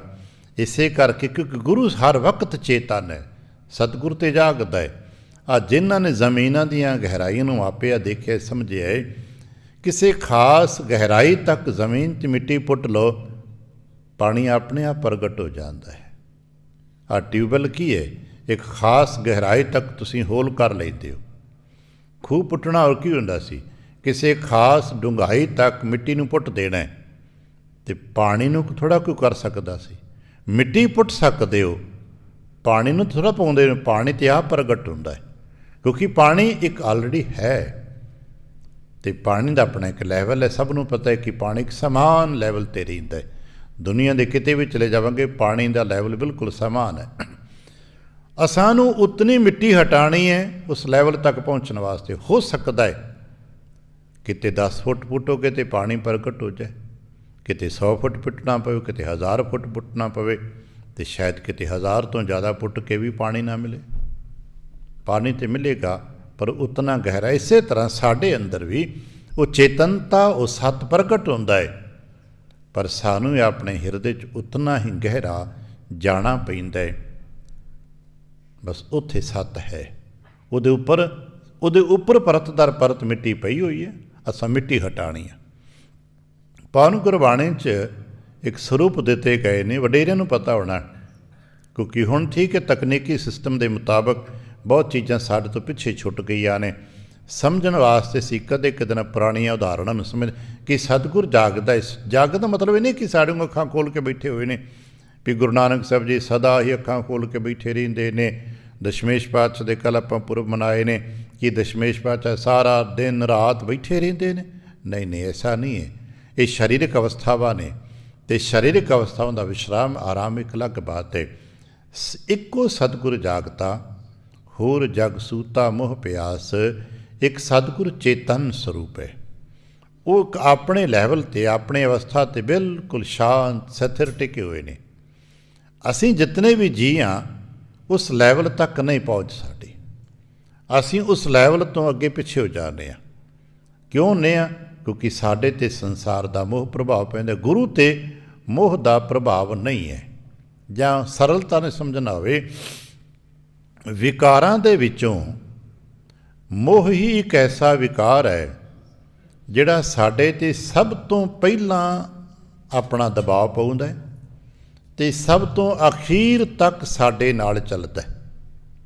ਅਸੀਂ ਆਮ ਤੌਰ 'ਤੇ ਕਹਿਣ 'ਤੇ 5 ਵਿਕਾਰ ਕਹਿੰਦੇ ਨਾ, ਕਾਮ ਕ੍ਰੋਧ ਲੋਭ ਮੋਹ ਹੰਕਾਰ, ਪਰ 5 ਚੋਂ 4 ਵਿਕਾਰ ਸਮੇਂ ਨਾਲ ਪ੍ਰਗਟ ਹੁੰਦੇ ਨੇ, ਸਮੇਂ ਨਾਲ ਆਪਣੇ ਆਪ ਅਲੋਪ ਹੋ ਜਾਂਦੇ ਨੇ। ਕਾਮ ਵੀ ਸਮੇਂ ਨਾਲ ਪ੍ਰਗਟ ਹੁੰਦਾ ਅਤੇ ਸਮੇਂ ਨਾਲ ਹੀ ਆਪਣੇ ਆਪ ਸਾਥ ਛੱਡ ਜਾਂਦਾ, ਛੁੱਟ ਜਾਂਦਾ ਇਹਦਾ। ਇਸ ਤਰ੍ਹਾਂ ਕ੍ਰੋਧ ਵੀ ਇੱਕ ਸਮੇਂ ਪ੍ਰਗਟ ਹੁੰਦਾ, ਇੱਕ ਸਮੇਂ ਨਹੀਂ ਹੁੰਦਾ। ਔਰ ਹਰ ਵਕਤ ਅਸੀਂ ਕ੍ਰੋਧ ਵਿੱਚ ਥੋੜ੍ਹਾ ਹੁੰਦੇ ਹਾਂ। ਹਰ ਵਕਤ ਅਸੀਂ ਕਾਮ ਦੇ ਦਾਇਰੇ 'ਚ ਨਹੀਂ ਹੁੰਦੇ, ਹਰ ਵਕਤ ਅਸੀਂ ਕ੍ਰੋਧੀ ਨਹੀਂ ਹੁੰਦੇ, ਅਤੇ ਚੇਤਾ ਰੱਖਣਾ ਹਰ ਵਕਤ ਲਾਲਚੀ ਵੀ ਨਹੀਂ ਹੁੰਦੇ। ਲਾਲਚੀ ਵਿਅਕਤੀ ਵੀ ਕਈ ਵਾਰ ਦਾਨ ਕਰ ਰਹੇ ਹੁੰਦੇ ਨੇ, ਲਾਲਚੀ ਵਿਅਕਤੀ ਵੀ ਵਸਤੂਆਂ ਨੂੰ ਤਿਆਗ ਰਹੇ ਹੁੰਦੇ ਨੇ। ਇਹ ਹਰ ਵਕਤ ਨਹੀਂ ਹੁੰਦੀਆਂ, ਇਹ ਲਹਿਰਾਂ ਹੁੰਦੀਆਂ ਨੇ। ਕਦੇ ਕਾਮ ਦੀ ਲਹਿਰ ਪ੍ਰਗਟ ਹੁੰਦੀ ਹੈ, ਕਦੇ ਕ੍ਰੋਧ ਦੀ ਲਹਿਰ ਪ੍ਰਗਟ ਹੁੰਦੀ ਹੈ, ਕਦੇ ਲੋਭ ਦੀ। ਇਹ ਠੀਕ ਹੈ ਕਿ ਸਾਰਾ ਆਪਸ ਵਿੱਚ ਇੰਟਰਕਨੈਕਟਿੰਗ ਹੁੰਦਾ ਹੈ, ਇੱਕ ਦੂਜੇ ਨਾਲ ਚੀਜ਼ਾਂ ਜੁੜੀਆਂ ਹੁੰਦੀਆਂ ਨੇ। ਇਸੇ ਤਰ੍ਹਾਂ ਹੰਕਾਰ ਵੀ ਹਰ ਵੇਲੇ ਨਹੀਂ ਹੁੰਦਾ, ਕਦੇ ਹੰਕਾਰ ਹੁੰਦਾ ਹੈ, ਕਦੇ ਨਹੀਂ ਹੁੰਦਾ। ਪਰ ਚੇਤਾ ਰੱਖਣਾ, ਮੋਹ ਇੱਕ ਐਸਾ ਪ੍ਰਭਾਵ ਹੈ ਜੋ ਹਰ ਵੇਲੇ ਹਰ ਥਾਂ 'ਤੇ ਇਹਦਾ ਅਸਰ ਰਹਿੰਦਾ ਹੈ। ਅਸੀਂ ਚੰਗੇ ਤੋਂ ਚੰਗੇ ਥਾਂ 'ਤੇ ਬੈਠੇ ਹੋਈਏ ਤਦ ਵੀ ਸਾਡੇ 'ਤੇ ਮੋਹ ਦਾ ਪ੍ਰਭਾਵ ਰਹਿੰਦਾ। ਹੁਣ ਇੱਥੇ ਆਪਾਂ ਬੈਠੇ ਆ, ਸਾਡੀ ਦ੍ਰਿਸ਼ਟੀ 'ਚ ਸਭ ਤੋਂ ਪਵਿੱਤਰ ਥਾਂ ਮੰਨਿਆ ਜਾਂਦਾ ਸਤ ਸੰਗਤ। ਗੁਰੂ ਗ੍ਰੰਥ ਸਾਹਿਬ ਜੀ ਹਜ਼ੂਰ 'ਚ ਬੈਠ ਕੇ ਤੇ ਕਥਾ ਕੀਰਤਨ ਕਰਦੇ ਜੇ ਸੁਣਦੇ ਹਾਂ। ਇਸੇ ਥਾਂ ਸਮਾਜਿਕ ਤੌਰ 'ਤੇ, ਦੁਨਿਆਵੀ ਤੌਰ 'ਤੇ ਸਭ ਤੋਂ ਪਵਿੱਤਰ ਥਾਂ ਮੰਨਦੇ ਆ ਸਤ ਸੰਗਤ ਨੂੰ। ਪਰ ਅਸੀਂ ਸਾਰੇ ਜਾਣਦੇ ਹਾਂ ਕਿ ਇੱਥੇ ਬੈਠੇ ਸਾਡੇ 'ਤੇ ਮੋਹ ਨਹੀਂ ਹੈ। ਇੱਥੇ ਬੈਠੇ ਐਵੇਂ ਸਾਡੇ 'ਤੇ ਮੋਹ ਹੈ। ਜੇ ਹੁਣੇ ਕਿਤੇ ਸਾਡੇ ਕੋਲ ਸਮਝਣਾ ਹੋਵੇ, ਸੱਜੇ ਖੱਬੇ ਸਾਡਾ ਆਪਣਾ ਕੋਈ ਧੀ ਪੁੱਤਰ ਆ ਕੇ ਬਹਿ ਜਾਏ ਅਤੇ ਥੋੜ੍ਹੀ ਦੂਰ ਕਿਸੇ ਕੋਈ ਹੋਰ ਬੇਗਾਨੇ ਦਾ ਉਸੇ ਹਮ ਉਮਰ ਦਾ ਧੀ ਪੁੱਤਰ ਆ ਕੇ ਬਹਿ ਜਾਏ, ਠੰਡ ਲੱਗਦੀ ਹੈ। ਸਾਡੇ ਕੋਲ ਇੱਕ ਚਾਦਰ ਹੈ, ਕਿਹਨੂੰ ਦਿਓਗੇ? ਪਹਿਲਾਂ ਆਪਣੇ ਨੂੰ ਦਿਓਗੇ ਨਾ। ਦੁਨੀਆ ਕਹੇਗੀ ਤੇ ਨਿਯਮ ਹੈ, ਪਰ ਚੇਤਨਾ ਇਹੀ ਤੇ ਮੋਹ ਹੈ। ਪਹਿਲਾਂ ਅਸੀਂ ਚਾਦਰ ਆਪਣੇ ਨੂੰ ਦਿਆਂਗੇ, ਬੇਟਾ ਤੂੰ ਆਪਣੇ ਸਿਰ ਪੈਰ ਲਕੋ ਲੈ। ਜੇ ਦੂਜੀ ਲੱਭਾਂਗੇ, ਤਲਾਸ਼ ਕਰਾਂਗੇ ਅਤੇ ਦੂਜੇ ਨੂੰ ਦਿਆਂਗੇ, ਉਹ ਪਰਉਪਕਾਰ ਦੇ ਖਿਆਤ 'ਚ ਪਾ ਦਿਆਂਗੇ। ਪਰ ਸਭ ਤੋਂ ਪਹਿਲਾਂ ਅਸੀਂ ਆਪਣੇ ਨੂੰ ਦਿਆਂਗੇ, ਕਿਉਂਕਿ ਮੋਹ ਸਦਾ ਨਾਲ ਚੱਲਦਾ ਹੈ। ਇਹੀ ਤੇ ਮੋਹ ਦਾ ਸਰੂਪ ਹੈ। ਅਸੀਂ ਆਪਣੇ ਨੂੰ ਦਿਆਂਗੇ। ਗੁਰੂ 'ਤੇ ਇਹ ਚੀਜ਼ ਨਹੀਂ ਹੈ। ਸਾਡੇ 'ਤੇ ਸਾਰਿਆਂ 'ਤੇ ਮੋਹ ਦਾ ਪ੍ਰਭਾਵ ਹੈ, ਗੁਰੂ ਦੇ ਉੱਤੇ ਮੋਹ ਦਾ ਪ੍ਰਭਾਵ ਨਹੀਂ ਹੈ। ਔਰ ਪਾਤਸ਼ਾਹ ਦਸ਼ਮੇਸ਼ ਸਾਹਿਬ ਜੀ ਨੇ ਸਾਨੂੰ ਇਹ ਚੀਜ਼ਾਂ ਦਾ ਦਰਸ਼ਨ ਕਰਾਇਆ। ਨਿੱਕੀਆਂ ਨਿੱਕੀਆਂ ਗਾਥਾਵਾਂ, ਨਿੱਕੀਆਂ ਨਿੱਕੀਆਂ ਸਾਖੀਆਂ ਦੇ ਰਾਹੀਂ ਇਹਨਾਂ ਗੱਲਾਂ ਨੂੰ ਸਮਝਿਆ ਜਾਂਦਾ ਹੈ ਕਿ ਮਹਾਰਾਜ ਉਹ ਨਿੱਕੀਆਂ ਨਿੱਕੀਆਂ ਗੱਲਾਂ ਸਾਖੀਆਂ ਨੇ ਪ੍ਰਗਟਾਵਾ ਕਰਦੇ ਨੇ ਕਿ ਭਾਈ ਗੁਰੂ ਦੇ ਉੱਤੇ ਇਹਨਾਂ ਚੀਜ਼ਾਂ ਦਾ, ਪਦਾਰਥਾਂ ਦਾ ਨਾ ਮੋਹ ਹੈ ਨਾ ਲੋਭ ਹੈ। ਇਹਨਾਂ ਚੀਜ਼ਾਂ ਤੋਂ ਗੁਰੂ 'ਚ ਅਸੀਂ ਹੀ ਹਾਂ ਜੋ ਇਹਨਾਂ ਚੀਜ਼ਾਂ ਦੇ ਦਬਾਅ ਵਿੱਚ ਰਹਿੰਦੇ ਹਾਂ, ਕਿਉਂਕਿ ਅਸੀਂ ਮੋਹ ਦੀ ਨੀਂਦ ਵਿੱਚ ਹੁੰਦੇ ਹਾਂ। ਸਾਡੇ 'ਤੇ ਹਰ ਵਕਤ ਮੋਹ ਦਾ ਦਬਾਅ ਹੁੰਦਾ। ਹਰ ਵਕਤ ਇਹ ਸੋਚਦੇ ਰਹਿੰਦੇ ਆਪਣਿਆਂ ਦੇ ਬਾਰੇ, ਧੀਆਂ ਪੁੱਤਰਾਂ ਬਾਰੇ, ਭੈਣ ਭਰਾਵਾਂ, ਜਿਹਦੇ ਦੇ ਨਾਲ ਵੀ ਸਾਡਾ ਮੋਹ ਜ਼ਿਆਦਾ ਹੁੰਦਾ। ਪਰਿਵਾਰ ਦੇ ਨਾ 5-7 ਨੁਕਤਿਆਂ ਵਿੱਚ ਰਹਿੰਦਿਆਂ ਹੋਇਆਂ ਵੀ ਸਾਡੇ ਮੋਹ ਦਾ ਕੇਂਦਰ ਕਿਤੇ ਇੱਕ ਥਾਂ 'ਚ ਜ਼ਿਆਦਾ ਹੁੰਦਾ ਹੈ। ਜ਼ਿਆਦਾਤਰ ਅਸੀਂ ਸੰਤਾਨ ਦੇ ਮੋਹ ਵਿੱਚ ਹੁੰਦੇ ਹਾਂ। ਕਈ ਵਾਰ ਕੁਝ ਜੀ ਐਸੇ ਹੁੰਦੇ ਨੇ ਜੋ ਸੰਤਾਨ ਦੇ ਮੋਹ ਦੀ ਬਜਾਏ ਮਕਾਨ ਦੇ ਮੋਹ 'ਚ ਪੈ ਜਾਂਦੇ ਨੇ, ਕੁਝ ਹੁਸਨ ਦਾ ਧਨ ਦੇ ਮੋਹ 'ਚ ਪੈ ਜਾਂਦੇ ਨੇ, ਕੋਈ ਆਪਣੀ ਹੋਰ ਇੱਜ਼ਤ ਪ੍ਰਤਿਸ਼ਠਾ ਦੇ ਮੋਹ 'ਚ ਪੈ। ਇਹ ਮੋਹ ਦੇ ਬੜੇ ਪੱਖ ਨੇ। ਕਈ ਆਪਣੀ ਇੱਜ਼ਤ ਤੇ ਸਾਡੀ ਬੜੀ ਫਲਾਣ ਜਗਤ ਇੱਜ਼ਤ ਹੈ, ਉਹ ਆਪਣੇ ਸਮਾਜ ਦੀ ਬਣਾਈ ਹੋਈ ਇੱਜ਼ਤ ਵਾਸਤੇ ਆਪਣੇ ਬੱਚਿਆਂ ਤੱਕ ਨੂੰ ਮਾਰ ਦਿੰਦੇ ਨੇ। ਯਾਦ ਰੱਖਣਾ, ਸਭ ਆਪਣੇ ਮੋਹ ਦੇ ਹੀ ਸਰੂਪ ਨੇ, ਜਿਹੜੇ ਸੰਸਾਰ 'ਚ ਗਾਹੇ ਬਗਾਹੇ ਅਨੇਕਾਂ ਰੰਗਾਂ 'ਚੋਂ ਪ੍ਰਗਟ ਹੁੰਦੇ ਰਹਿੰਦੇ ਨੇ। ਗੁਰੂ 'ਤੇ ਮੋਹ ਦਾ ਪ੍ਰਭਾਵ ਨਹੀਂ ਗਾ, ਕਿਉਂਕਿ ਮੋਹ ਨੂੰ ਗੁਰੂ ਨੇ ਮੋਹ ਮਲ ਬਿਬਸ ਕੀਓ, ਕਾਮ ਗਹਿ ਕੇਸ ਪਛਾੜਿਓ, ਕ੍ਰੋਧ ਖੰਡ ਪ੍ਰਚੰਡ ਲੋਭ ਅਪਮਾਨ ਸਿਉ ਝਾੜਿਓ। ਮੋਹ 'ਤੇ ਬੇਬਸ ਹੈ ਗੁਰੂ ਦੇ ਸਨਮੁਖ। ਕਿਉਂਕਿ ਸਾਡੇ ਨੇੜੇ ਸਭ ਤੋਂ ਅੱਜ ਦਸ਼ਮੇਸ਼ ਦੀਆਂ ਗਾਥਾਵਾਂ ਦਾ ਦਰਸ਼ਨ ਨੇੜੇ ਹੈ, ਅਤੇ ਅਸੀਂ ਦਸ਼ਮੇਸ਼ ਪਾਤਸ਼ਾਹ ਦੀ ਗਾਥਾਵਾਂ 'ਚੋਂ ਦੇਖਿਆ ਨਾ, ਗੁਰੂ ਸਾਹਿਬ ਜੀ ਨੇ ਮੋਹ ਦੇ ਕਿਸੇ ਵੀ ਪ੍ਰਭਾਵ ਨੂੰ ਆਪਣੇ ਨੇੜੇ ਨਹੀਂ ਆਉਣ ਦਿੱਤਾ। ਅਤੇ ਸਭ ਤੋਂ ਵੱਡਾ ਸਰੂਪ ਸਾਡੇ ਮਨੁੱਖੀ ਅੱਜ ਜੋ ਪੇਰੈਂਟਸ ਹਾਂ, ਅਸੀਂ ਮਾਪਿਆਂ ਦੇ ਰੂਪ ਵਿੱਚ ਵਿਚਰਦੇ ਹਾਂ, ਸਾਡੇ ਸਾਹਮਣੇ ਸਾਡੇ ਬੱਚੇ ਨੂੰ ਜਰਾ ਕੁ ਦੁੱਖ ਹੋਵੇ ਅਤੇ ਸਾਨੂੰ ਚੀਸ ਪੈਂਦੀ ਹੈ, ਹਿਰਦੇ 'ਚ ਧੂਹ ਪੈਂਦੀ ਹੈ, ਅਸੀਂ ਪਰੇਸ਼ਾਨ ਉੱਠਦੇ ਹਾਂ, ਬੇਚਲ ਬੇਬਲ ਉੱਠਦੇ ਹਾਂ। ਅਤੇ ਚਮਕੌਰ ਸਾਹਿਬ ਦੇਖ ਲੈਣਾ ਸ਼ਾਇਦ ਇਸ ਰੰਗ ਦਾ, ਇਸ ਅਵਸਥਾ ਦਾ ਸਭ ਤੋਂ ਵੱਡਾ ਦਰਸ਼ਨ ਹੈ, ਜਿੱਥੇ ਵਹਿੰਦਿਆਂ ਵਹਿੰਦਿਆਂ ਸਾਹਿਬ ਦੇ ਆਪਣੇ ਪੁੱਤਰ ਸ਼ਹੀਦ ਹੁੰਦੇ ਨੇ, ਅਤੇ ਉੱਥੇ ਹੀ ਸਾਰਿਆਂ ਨੂੰ ਉਸੇ ਹਾਲਾਤ ਵਿੱਚ ਛੱਡ ਕੇ ਮਹਾਰਾਜ ਨੂੰ ਲੰਘ ਜਾਣਾ ਪੈਂਦਾ ਹੈ। ਅਤੇ ਬਾਅਦ ਵਿੱਚ ਜਦੋਂ ਸਿੱਖਾਂ ਨਾਲ ਮੁਲਾਕਾਤਾਂ ਹੁੰਦੀਆਂ ਅਤੇ ਸਿੱਖ ਗੱਲਾਂ ਬਾਤਾਂ ਕਰਦੇ, ਫਿਰ ਮਹਾਰਾਜ ਕਹਿੰਦਾ, ਭਾਈ ਮੋਹ ਨਹੀਂ ਕਰੀਦਾ, ਇਹ ਕਰਤੇ ਦੀ ਰਚਨਾ ਹੈ, ਕਿਉਂਕਿ ਸਤਿਗੁਰੂ ਇਹਨਾਂ ਚੀਜ਼ਾਂ ਤੋਂ ਉੱਚੇ ਨੇ। ਫਿਰ ਮਹਾਰਾਜ ਅਸੀਂ ਕੀ ਕਰੀਏ? ਅਸਾਂ ਵੀ ਤਾਂ ਉੱਚੇ ਉੱਠਣਾ ਨਾ। ਅਸੀਂ ਕਿੱਦਾਂ ਉੱਚੇ ਉੱਠੀਏ? ਕਿਉਂਕਿ ਅਲਟੀਮੇਟ ਗੁਰੂ ਤੇ ਉੱਚੇ ਨੇ। ਹੁਣ ਅਸਾਂ ਨੇ ਉੱਚੇ ਉੱਠਣਾ ਹੈ। ਇੱਥੇ ਬੈਠਣ ਦਾ ਮਤਲਬ ਉੱਚੇ ਉੱਠਣਾ ਹੈ। ਸਵੇਰੇ ਸਵੇਰੇ ਉੱਠ ਕੇ ਜਾਪ ਤਾਪ ਪੂਜਾ ਪਾਠ ਜੋ ਕੁਝ ਵੀ ਆਪਣੇ ਆਪਣੇ ਢੰਗ ਨਾਲ ਕੋਈ ਕਰਦਾ ਹੈ, ਸਿਮਰਨ ਨਿਤਨੇਮ ਕਰਦਾ ਹੈ, ਉਹਦਾ ਮਤਲਬ ਕੇਵਲ ਕੁਝ ਰਟੰਤ ਕਿਰਿਆ ਨਹੀਂ ਹੈ। ਉਹਦਾ ਮਤਲਬ ਹੈ ਇਹਨਾਂ ਵਿਕਾਰਾਂ ਦੇ ਸਰਕਲ ਤੋਂ ਉੱਚੇ ਉੱਠਣਾ, ਆਪਣੀ ਚੇਤਨਾ ਨੂੰ, ਆਪਣੇ ਆਪ ਨੂੰ, ਅੱਜ ਸਾਡੇ ਵਿਕਾਰਾਂ ਦਾ ਸਰਕਲ ਹੁੰਦਾ ਹੈ, ਇਸ ਤੋਂ ਉੱਚੇ ਉੱਠ ਸਕੀਏ। ਅਤੇ ਜੇ ਉੱਚੇ ਉੱਠਾਂਗੇ ਤਾਂ ਸਾਨੂੰ ਕੋਈ ਸਹਾਰਾ ਵੀ ਚਾਹੀਦਾ, ਕਿਉਂਕਿ ਉੱਚੇ ਉੱਠਣ ਵਾਸਤੇ ਜਿੱਥੇ ਸਹਾਰੇ ਦੀ ਜ਼ਰੂਰਤ ਹੈ, ਉੱਥੇ ਉੱਚੇ ਉੱਠਣ ਵਾਸਤੇ ਕੋਈ ਟਿਕਾਣਾ ਵੀ ਚਾਹੀਦਾ। ਕਿਵੇਂ ਕਰੀਏ? ਕਹਿਣ ਲੱਗੇ ਸਹਾਰਾ ਗੁਰੂ ਹੈ। ਗੁਰੂ ਦੇ ਸਹਾਰੇ ਤੁਸੀਂ ਉੱਚੇ ਉੱਠ ਸਕਦੇ ਹੋ। ਮਹਾਰਾਜ ਗੁਰੂ ਦਾ ਸਹਾਰਾ ਕਿਵੇਂ ਲਈਦਾ? ਅਤੇ ਸਤਿਗੁਰੂ ਦਾ ਸਹਾਰਾ ਦੋ ਤਰੀਕਿਆਂ ਨਾਲ ਸਾਡੇ ਵੱਡਿਆਂ ਨੇ ਦੱਸਿਆ, ਸੇਵਾ ਅਤੇ ਸਿਮਰਨ। ਸਾਡੇ ਵਡੇਰਿਆਂ ਨੇ ਗੁਰੂ ਦਾ ਸਹਾਰਾ ਪ੍ਰਾਪਤ ਕਰਨ ਦੀ ਦੋ ਹੀ ਯੁਕਤਾਂ ਦੱਸੀਆਂ ਨੇ, ਸੇਵਾ ਅਤੇ ਸਿਮਰਨ। ਸਤਿਗੁਰ ਸੇਵਨ ਜਾਗਨ ਸੇ, ਜੋ ਸਤਿਗੁਰੂ ਦੀ ਸੇਵਾ ਕਰਦੇ ਨੇ ਉਹ ਜਾਗ ਜਾਂਦੇ ਨੇ, ਬਾਕੀ ਸਭ ਸੁੱਤੇ ਰਹਿੰਦੇ ਨੇ। ਅਸੀਂ ਤੁਸੀਂ ਜਾਗਣ ਦਾ ਯਤਨ ਕਰਿਆ ਕਰੀਏ, ਆਪਣੇ ਆਪ ਨੂੰ ਜਗਾਉਣ ਦਾ। ਅਤੇ ਮਹਾਰਾਜ ਦਾ ਬੜਾ ਪਿਆਰਾ ਬਚਨ ਹੈ, ਆਪਣੇ ਆਪ ਨੂੰ ਕਿਵੇਂ ਜਗਾਈਏ? ਅਸੀਂ ਕਹਾਂਗੇ ਅਲਾਰਮ ਲਗਾ ਕੇ ਜਗਾ ਲਾਂਗੇ, ਨਹੀਂ ਭਾਈ, ਇਹ ਤਾਂ ਸਰੀਰਕ ਅਵਸਥਾ ਦੀ ਗੱਲ ਹੈ। ਆਪਣੇ ਆਪ ਨੂੰ ਜਗਾਉਣ ਵਾਸਤੇ ਇੱਕੋ ਜੁਗਤ ਹੈ, ਸਿਮਰ ਸਿਮਰ ਗੁਰ ਸਤਿਗੁਰ ਆਪਣਾ, ਸੋਇਆ ਮਨ ਜਾਕਾਈ। ਸਿਆਣੇ ਮੰਨਦੇ ਨੇ ਸਾਡੇ ਮਨ ਦੇ ਤਿੰਨ ਲੇਅਰਸ ਹੁੰਦੇ ਨੇ, ਤਿੰਨ ਪੱਖ ਹੁੰਦੇ ਨੇ, ਜਿਨ੍ਹਾਂ ਤੋਂ ਦੋ ਚੇਤਨ ਸਰੂਪ ਨਾਲ ਜਾਗਰਤੀ 'ਚ ਵਿਚਰਦੇ ਨੇ। ਤੀਸਰਾ ਇੱਕ ਪੱਖ ਜਿਹੜਾ ਹੈ ਸਾਨੂੰ ਉਹਦਾ ਅਨੁਭਵ ਨਹੀਂ ਹੈ। ਜੇ ਕਦੇ ਕਦਾਈ ਸ਼ਾਇਦ ਅਭਿਆਸੀਆਂ ਨੂੰ ਉਹਦਾ ਅਨੁਭਵ ਹੋਇਆ ਹੋਵੇ ਤੇ ਮੁਬਾਰਕਾਂ। ਜਿਵੇਂ ਆਪਾਂ ਹੁਣ ਬੈਠੇ ਹਾਂ, ਚੇਤਨਤਾ 'ਚ ਇੱਕ ਦੂਜੇ ਨੂੰ ਦੇਖ ਰਹੇ ਹਾਂ, ਸੁਣ ਰਹੇ ਹਾਂ, ਬੋਲ ਰਹੇ ਹਾਂ, ਸਾਨੂੰ ਪਤਾ ਹੈ ਕਿੱਥੇ ਬੈਠੇ ਹੈ, ਚੇਤਨ ਸਰੂਪ ਹੈ। ਅਤੇ ਇਹਦੇ ਨਾਲ ਨਾਲ ਐਸਾ ਵੀ ਤਾਂ ਹੈ ਨਾ, ਇੱਥੇ ਬੈਠਿਆਂ ਅਸੀਂ ਕਥਾ ਕਰਦੇ ਹਾਂ ਅਤੇ ਕਥਾ ਸੁਣਦੇ ਹਾਂ, ਸਾਡਾ ਧਿਆਨ ਕਦੇ ਬਾਹਰ ਨਿਕਲ ਜਾਂਦਾ ਹੈ। ਆ ਹੁਣੇ ਪਤਾ ਨਹੀਂ ਸਕੂਟਰ ਬੰਦ ਕੀਤਾ ਕਿ ਨਹੀਂ, ਘਰ ਦਾ ਦਰਵਾਜ਼ਾ ਬੰਦ ਕਰਕੇ ਆਏ ਕਿ ਨਹੀਂ, ਨਿੱਕੀਆਂ ਨਿੱਕੀਆਂ ਗੱਲਾਂ 'ਤੇ ਬੇਮਾਲੂਮ ਜਿਹੀਆਂ ਗੱਲਾਂ ਹੁੰਦੀਆਂ ਨੇ, ਪਰ ਸਾਡਾ ਮਨ ਅਕਸਰ ਉੱਥੇ ਜਾਏਗਾ। ਬੇਮਾਲੂਮ ਗੱਲਾਂ, ਪਤਾ ਨਹੀਂ ਆਪਣੀ ਅਲਮਾਰੀ ਬੰਦ ਕੀਤੀ ਕਿ ਨਹੀਂ, ਅਸੀਂ ਘਰ ਦਾ ਲੌਕ ਠੀਕ ਕਰਕੇ ਆਏ ਕਿ ਨਹੀਂ, ਚਾਹ ਬਣਾਈ ਸੀ, ਸਾਡੀ ਗੈਸ ਬੰਦ ਹੈ ਕਿ ਨਹੀਂ, ਕਾਰ ਪੂਰਾ ਲੌਕ ਹੈ ਕਿ ਨਹੀਂ। ਇਹ ਕੌਣ ਜਾ ਰਿਹਾ? ਅਸੀਂ ਤਾਂ ਇੱਥੇ ਬੈਠੇ ਹਾਂ। ਮਨ ਦਾ ਹੀ ਇੱਕ ਪਾਸਾ ਹੈ ਜਿਹੜਾ ਮਨ ਪਲ ਵਿੱਚ, ਛਿਨ ਵਿੱਚ ਬੜੀ ਦੂਰ ਤੱਕ ਚਲਾ ਜਾਂਦਾ ਹੈ। ਇਹਦੇ ਵਾਸਤੇ ਦੇਸ਼ ਦੀ ਕੋਈ ਸੀਮਾ ਨਹੀਂ ਹੈ। ਇੱਥੇ ਬੈਠਿਆਂ ਸ਼ਾਇਦ ਦੁਨੀਆ ਦੇ ਦੂਸਰੇ ਕੋਣੇ ਤੱਕ ਦੀ ਗੱਲ ਸੋਚ ਲੈਂਦਾ। ਜਿੱਥੇ ਵੀ ਸਾਡਾ ਕੋਈ ਆਪਣਾ ਧੀ ਪੁੱਤਰ ਭੈਣ ਭਰਾ ਦੇਸ਼ ਪ੍ਰਦੇਸ਼ ਬੈਠਾ ਹੈ, ਸਾਡਾ ਮਨ ਉੱਥੇ ਪਹੁੰਚੇਗਾ। ਇਸ ਵਕਤ ਪਤਾ ਨਹੀਂ, ਮੰਨ ਲਓ ਅਮਰੀਕਾ ਕੈਨੇਡਾ ਦੂਰ ਦੁਨੀਆ ਸਾਡਾ ਕੋਈ ਸੰਬੰਧੀ ਬੈਠਾ ਹੈ, ਪਤਾ ਨਹੀਂ ਇਸ ਵਕਤ ਉੱਠੇ ਕਿ ਨਹੀਂ, ਉੱਥੇ ਤੇ ਰਾਤ ਪੈ ਰਹੀ ਹੋਣੀ ਆ, ਇੱਥੇ ਦਿਨ ਚੜ੍ਹਦਾ ਹੈ, ਉਹ ਕੰਮ ਤੋਂ ਆਏ ਕਿ ਨਹੀਂ, ਦੁਨੀਆ ਭਰ ਦੀਆਂ ਗੱਲਾਂ ਅਸੀਂ ਬੈਠੇ ਸੋਚੀ ਜਾਂਦੇ ਹਾਂ। ਜਦੋਂ ਉਹਨਾਂ ਪਾਸੇ ਚੱਲਦੇ ਹਾਂ ਅਤੇ ਫਿਰ ਇੱਥੇ ਵਰਤਮਾਨ 'ਚ ਕੀ ਹੋ ਰਿਹਾ ਉਹ ਨਹੀਂ ਹੁੰਦਾ। ਥੋੜ੍ਹੀ ਦੇਰ ਬਾਅਦ ਪਤਾ ਲੱਗਦਾ ਹੈ ਕਿ ਵਰਤਮਾਨ ਦੀ ਕਥਾ ਤਾਂ ਨਿਕਲ ਗਈ, ਅਸੀਂ ਸੁਣ ਨਹੀਂ ਪਾਏ, ਬੈਠੇ ਤਾਂ ਇੱਥੇ ਹੀ ਸਾਂ।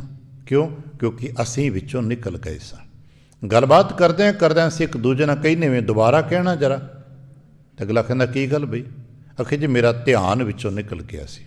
ਉਹ ਜੋ ਧਿਆਨ ਦਾ ਪੱਖ ਹੈ ਨਾ, ਉਹ ਸਾਡਾ ਮਨ ਦਾ ਹੀ ਇੱਕ ਪੱਖ ਹੈ, ਜਿਸ ਨੂੰ ਦਾਰਸ਼ਨਿਕ ਲੋਕ ਉਪਚੇਤਨ ਕਹਿੰਦੇ ਨੇ। ਚੇਤਨ ਮਨ ਤੇ ਦੇਖ ਰਹੇ ਇੱਕ ਦੂਜੇ ਨੂੰ, ਪਰ ਸੁਣਦਾ ਸਮਝਦਾ ਉਪਚੇਤਨ ਹੀ ਹੈ। ਉਪਚੇਤਨਕ ਉਸੇ ਨੂੰ ਆ ਜਿੰਨੇ ਵੀ ਗਿਆਨੀ ਧਿਆਨ ਕਰਾਉਂਦੇ ਨੇ, ਉਸ ਉਪਚੇਤਨ ਨੂੰ ਹੀ ਟਿਕਾਉਣ ਦੀ ਗੱਲਾਂ ਕਰਦੇ ਨੇ। ਆਖਿਰ ਮਨ ਟਿਕਦਾ ਨਹੀਂ, ਉਹ ਉਪਚੇਤਨ ਮਨ ਹੀ ਹੁੰਦਾ ਹੈ। ਪਤਾ ਤਾਂ ਹੁੰਦਾ ਅਸੀਂ ਪਾਠ ਕਰਦੇ ਪਏ ਹਾਂ, ਚੇਤਨ ਜਪਜੀ ਪੜ੍ਹੀ ਜਾਂਦਾ ਹੈ, ਉਪਚੇਤਨ ਗੱਲਾਂ ਸੋਚੀ ਜਾਂਦਾ ਹੈ। ਫਿਰ ਪਤਾ ਨਹੀਂ ਲੱਗਦਾ ਕਿ ਪੌੜੀ ਕਿਹੜੀ ਪੜ੍ਹੀ ਅਤੇ ਕਿਹੜੀ ਨਹੀਂ ਪੜ੍ਹੀ। ਕਈ ਵਾਰ ਸਭ ਦਾ ਜਾਤੀ ਤਜਰਬਾ ਹੋਏਗਾ, ਅਸੀਂ ਜਪਜੀ ਸਾਹਿਬ ਦਾ ਪਾਠ ਕਰਨ ਲਈ ਬੈਠੇ, ਪਤਾ ਲੱਗਾ ਸੋਦਰ ਦਾ ਭੋਗ ਪਾ ਬੈਠੇ, ਅਤੇ ਕਈ ਵਾਰ ਸ਼ਾਮੀ ਸੋਦਰ ਦਾ ਪਾਠ ਕਰਨ ਬੈਠੇ ਅਤੇ ਅਸੀਂ ਸ਼ਲੋਕ ਪੜ੍ਹ ਲਿਆ, ਜਪਜੀ ਸਾਹਿਬ ਹੈ, ਅਸੀਂ ਤਾਂ ਸੋਦਰ ਪੜ੍ਹਦੇ ਸਾਂ। ਚੇਤਨ ਪੜ੍ਹੀ ਜਾਂਦਾ ਹੈ, ਉਪਚੇਤਨ ਵਿੱਚੋਂ ਧਿਆਨ ਨਿਕਲ ਜਾਂਦਾ ਹੈ। ਔਰ ਧਿਆਨ ਹੀ ਹੈ ਜੋ ਸਭ ਕੁਛ ਕਰਦਾ ਹੈ। ਪਾਵਨ ਬਾਣੀ 'ਚ ਇੱਕ ਬੜਾ ਪਿਆਰਾ ਬਚਨ ਹੈ, ਇੱਕ ਦਾਰਸ਼ਨਿਕ ਤਰੀਕੇ ਦੇ ਨਾਲ ਭਗਤਾਂ ਨੇ ਇਸ ਧਿਆਨ ਦੀ ਕਲਾ ਨੂੰ ਸਮਝਾਉਣ ਦੀ ਕੋਸ਼ਿਸ਼ ਕੀਤੀ ਹੈ, ਜਿਹੜੇ ਅਸਾਂ ਹੌਲੀ ਹੌਲੀ ਵਾਰੀ ਸਮਝਣ ਦੀ। ਇੱਕ ਬਚਨ, ਸੋਨੇ ਕੀ ਸੂਈ ਰੂਪੇ ਕਾ ਤਾਗਾ। ਆਪਾਂ ਬਚਨ ਕਈ ਵਾਰ ਕੀਰਤਨ ਸੁਣੇ ਆਪਣਾ, ਸੋਨੇ ਕੀ ਸੂਈ ਰੂਪੇ ਕਾ ਤਾਗਾ ਨਾਮੇ ਕਾ ਚਿਤ ਹਰ ਸਿਉ ਲਾਗਾ। ਸਿਆਣੇ ਸਮਝਾਉਂਦੇ ਨੇ ਸੂਈ ਸਾਡੇ ਹੱਥ ਵਿੱਚ ਹੋਵੇ। ਅਸੀਂ ਮਸ਼ੀਨ ਚਲਾਉਂਦੇ ਹਾਂ, ਸੂਈ ਤਾਂ ਹੈ ਨਾ, ਮਸ਼ੀਨ ਚਲਾਉਂਦੇ ਰਹੋ, ਸਾਰਾ ਦਿਨ ਚਲਾਉਂਦੇ ਰਹੋ, ਕਿ ਕੱਪੜਾ ਸੀਤਾ ਜਾਏਗਾ?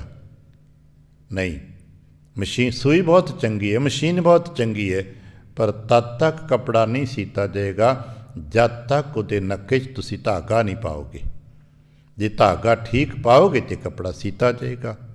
ਉਹ ਧਾਗਾ ਕੀ ਹੈ? ਧਿਆਨ ਦੀ ਸੂਈ। ਨਹੀਂ ਤੇ ਸੂਈ ਟਕ ਟਕ ਟਕ, ਕੱਪੜੇ ਦੀ ਮਸ਼ੀਨ ਸੁਰਾਖ ਹੋ ਰਹੇ ਨੇ, ਜਪ ਹੋ ਰਿਹਾ ਹੈ, ਅਸੀਂ ਸਾਰੇ ਕਰ ਰਹੇ ਹਾਂ, ਬੈਠੇ ਵਾਹਿਗੁਰੂ ਵਾਹਿਗੁਰੂ ਵਾਹਿਗੁਰੂ ਵਾਹਿਗੁਰੂ ਵਾਹਿਗੁਰੂ ਜਪ ਰਹੇ ਹਾਂ, ਪੌੜੀਆਂ ਪੜ੍ਹ ਰਹੇ ਹਾਂ, ਜਪਜੀ ਸਾਹਿਬ ਸੁਖਮਨੀ ਸਾਹਿਬ ਜਾਪ, ਗੋਬਿੰਦੇ ਮੁਕੰਦੇ ਉਦਾਰੇ ਅਪਾਰੇ ਸਭ ਹੋ ਰਿਹਾ ਹੈ, ਮਸ਼ੀਨ ਚੱਲ ਰਹੀ ਹੈ, ਸੂਈ ਲੱਗ ਰਹੀ ਹੈ, ਚੱਲ ਰਹੀ ਹੈ, ਪਰ ਸੀਤਾ ਤੇ ਕੁਛ ਵੀ ਨਹੀਂ ਜਾ ਰਿਹਾ। ਇਸ ਨੂੰ ਸਿਉਣ ਵਾਸਤੇ ਇੱਕ ਵਾਰ ਗੋਬਿੰਦੇ ਕਹਿਣ ਵਾਸਤੇ ਜ਼ਰੂਰਤ ਕਿਹਦੀ ਹੈ? ਧਿਆਨ ਦੀ। ਉਹ ਧਿਆਨ ਦਾ ਧਾਗਾ ਵਿੱਚ ਹੋਏਗਾ ਤੇ ਇੱਕ ਟਾਂਕਾ ਲੱਗੇਗਾ, ਮਜ਼ਬੂਤ ਤੇ ਹੋਏਗਾ ਨਾ। ਨਹੀਂ ਤੇ 1000 ਵਾਰ ਸੂਈ ਅਸਾਂ ਪਰੋਈ, ਬਣਿਆ ਤੇ ਕੁਛ ਵੀ ਨਾ।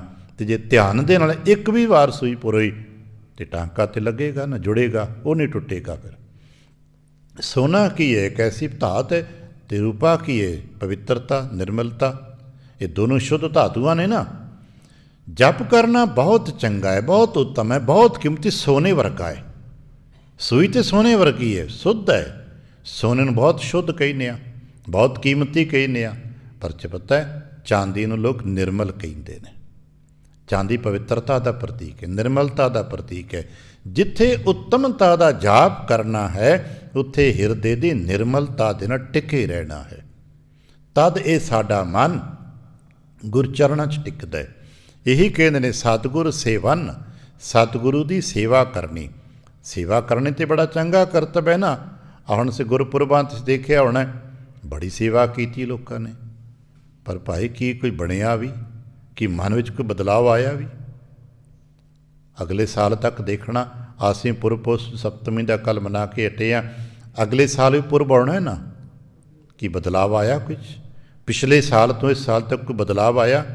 ਪਿਛਲੇ ਵਰੇ ਵੀ ਇਹੀ ਸੇਵਾਵਾਂ ਕੀਤੀਆਂ, ਇਹੀ ਨਗਰ ਕੀਰਤਨ, ਜਲ ਪਾਣੀ, ਭੋਜਨ ਪ੍ਰਸ਼ਾਦ, ਖੀਰਾਂ ਵਰਤਾਈਆਂ ਗਈਆਂ, ਇਸ ਵਾਰੇ ਵਰਤੀਆਂ, ਪਰ ਕੀ ਬਦਲੇ ਅਸੀਂ ਕੁਛ?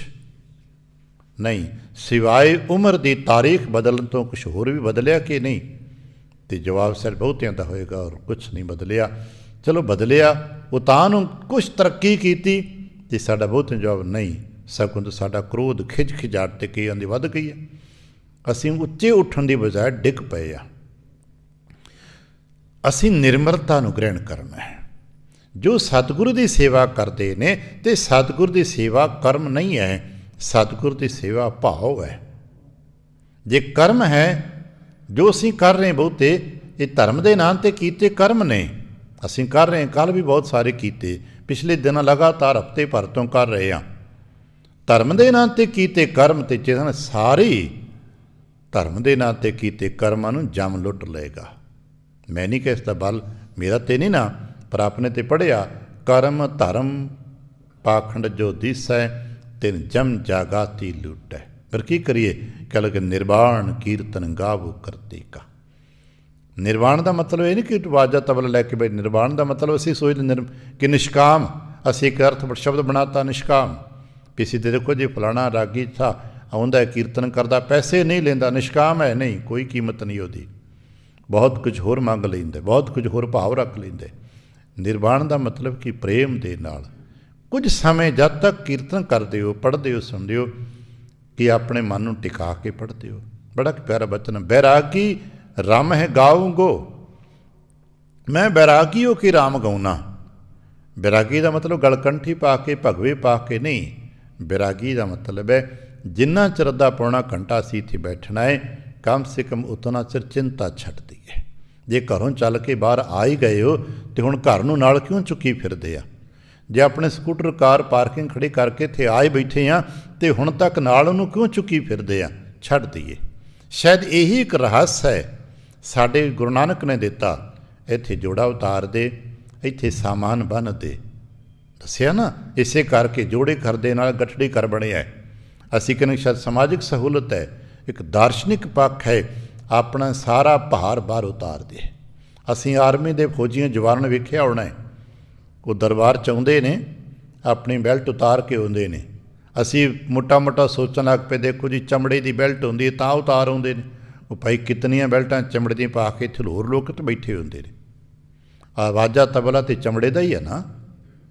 ਚਮੜੇ ਦਾ ਪਰਹੇਜ਼ ਇੱਥੇ ਨਹੀਂ ਕੀਤਾ ਜਾ ਰਿਹਾ ਕਿ ਬੈਲਟ ਚਮੜੇ ਦੀ ਤਾਂ ਉਤਾਰ ਕੇ ਆਏ। ਨਹੀਂ ਨਹੀਂ ਨਹੀਂ, ਉਹ ਬੈਲਟ ਉਹਨਾਂ ਦਾ ਵੱਡਪਣ ਹੈ। ਬੈਲਟ ਉਹਨਾਂ ਦਾ ਫੌਜੀ ਮਾਣ ਹੋਣ ਦਾ ਦੱਸਦਾ ਹੈ।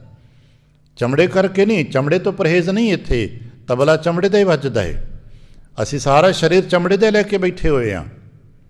ਸਿਰਫ ਬੈਲਟ ਉਹਨਾਂ ਦੇ ਮਾਣ ਦਾ ਪ੍ਰਤੀਕ ਹੈ। ਉਹ ਜਦੋਂ ਦਰਬਾਰ 'ਚ ਆਉਂਦਾ ਹੈ, ਆਪਣਾ ਮਾਣ ਉਤਾਰ ਕੇ ਆਉਂਦਾ ਹੈ। ਉਹ ਫੌਜੀ ਬਣ ਕੇ ਨਹੀਂ ਆਉਂਦਾ, ਉਹ ਸਿੱਖ ਬਣ ਕੇ ਆਉਂਦਾ ਹੈ। ਸਾਨੂੰ ਵੀ ਇਸੇ ਤਰ੍ਹਾਂ ਦਰਬਾਰ 'ਚ ਕੋਈ ਹੋਰ ਬਣ ਕੇ ਨਹੀਂ ਆਉਣਾ, ਸਿੱਖ ਬਣ ਕੇ ਆਉਣਾ। ਔਰ ਇਹੀ ਸਾਡੇ ਤੋਂ ਨਹੀਂ ਹੋ ਪਾ ਰਿਹਾ। ਅਸੀਂ ਦਰਬਾਰ 'ਚ ਕੁਛ ਹੋਰ ਬਣ ਕੇ ਆ ਰਹੇ ਹਾਂ। ਅਸੀਂ ਗਿਆਨੀ ਧਿਆਨੀ ਪੰਡਤ ਪਤਾ ਨਹੀਂ ਕੀ ਕੁਝ ਬਣ ਕੇ ਆ ਰਹੇ ਹਾਂ, ਸਿੱਖ ਬਣ ਕੇ ਨਹੀਂ ਆ ਰਹੇ।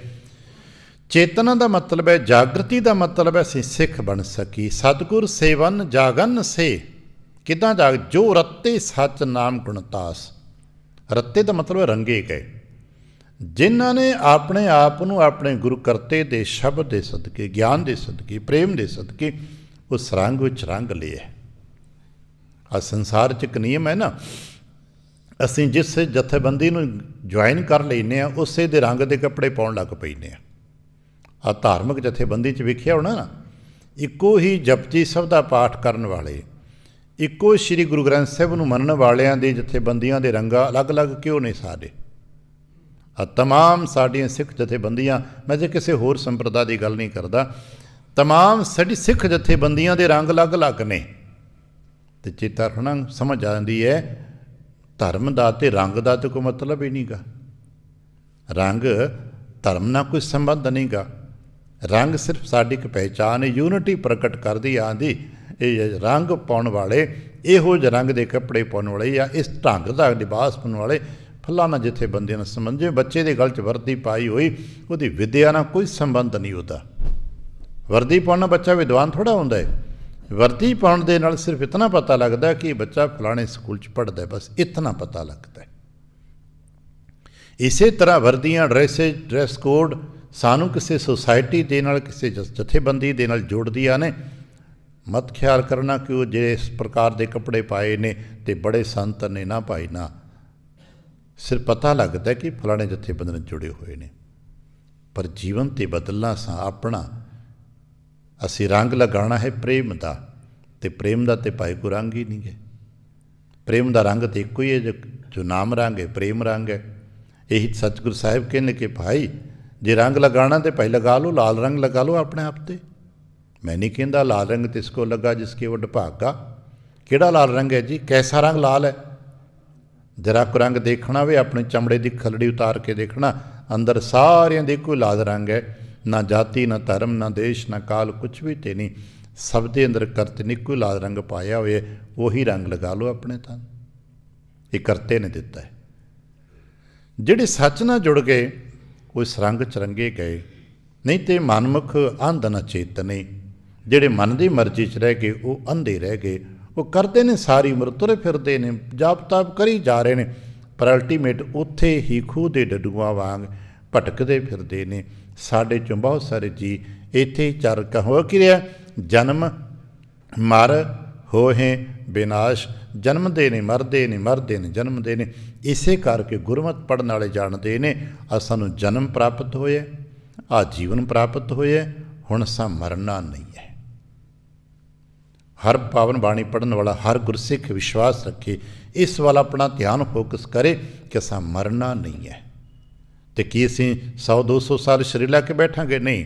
ਸਰੀਰ ਤੇ ਭਾਵੇਂ ਕੱਲ੍ਹ ਛੁੱਟ ਜਾਏ, ਅਸੀਂ ਮਰਨਾ ਫਿਰ ਵੀ ਨਹੀਂ ਹੈ। ਅਸੀਂ ਆਪਣੇ ਗੁਰੂ ਦੇ ਨਾਲ ਜੁੜਨਾ ਹੈ, ਅਸੀਂ ਸਮਾਉਣਾ ਹੈ, ਅਸੀਂ ਸਮਾਈ ਪ੍ਰਾਪਤ ਕਰਨੀ। ਇਸੇ ਕਰਕੇ ਸਾਡੇ ਵਡੇਰੇ ਨੇ ਸ਼ਬਦ ਦਿੱਤਾ ਹੈ, ਜਦੋਂ ਕੋਈ ਵਡੇਰਾ ਗੁਰਮੁਖ, ਵਡੇਰਾ ਬਜ਼ੁਰਗ ਸਰੀਰ ਤੇ ਸੀ ਨੇ, ਬਾਬਾ ਜੀ ਸਮਾ ਗਏ।